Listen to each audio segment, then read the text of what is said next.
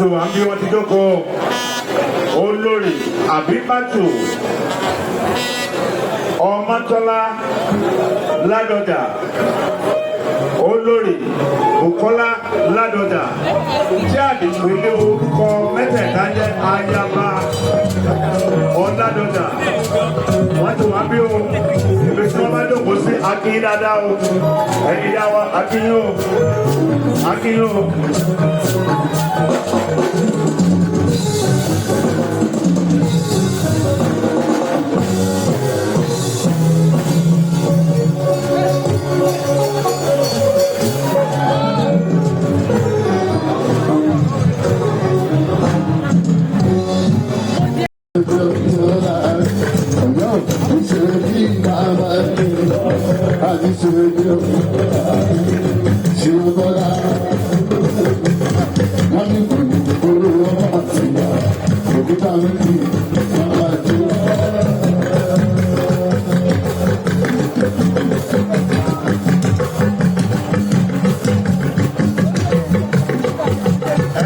Kábíyèsí láàyè wọ́n ráàyè wọ gbàgede ìjókòó ẹkún wọn láàyè.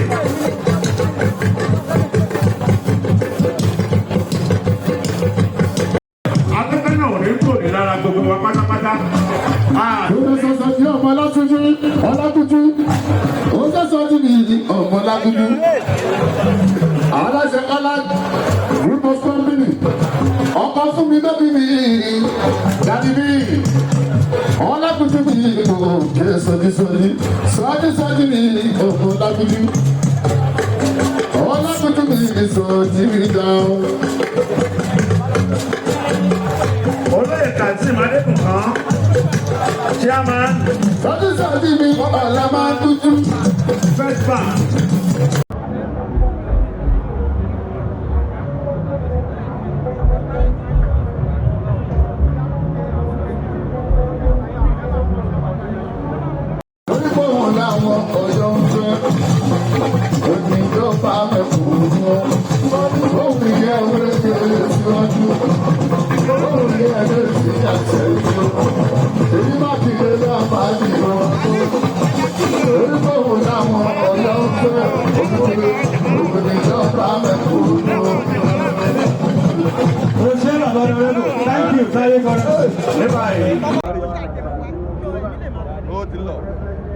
Èmi àti máa borí straight kó tẹ̀ wá.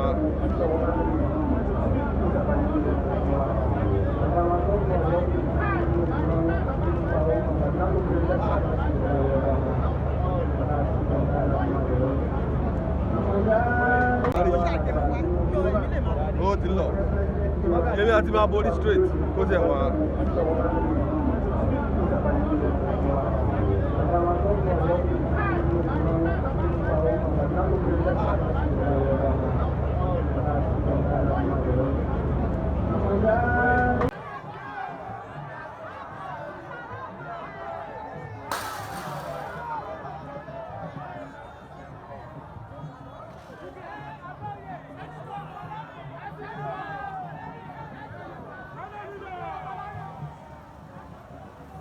Incoming governor.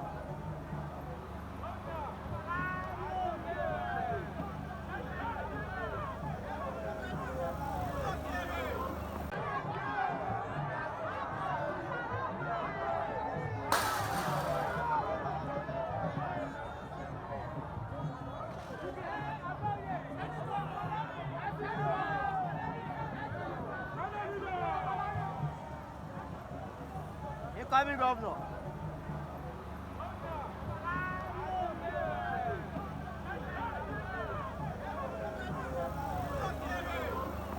Ọmọ tiẹ̀ náà sọ̀rọ̀ rẹ̀ bọ́ ẹ̀ nìkan náà wọ́n gbà ló ga o.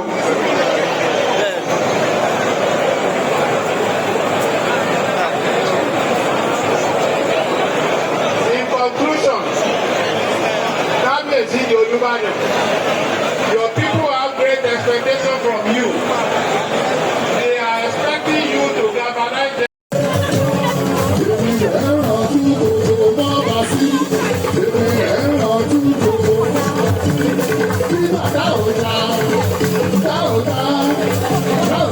Ìyàwó ara wa.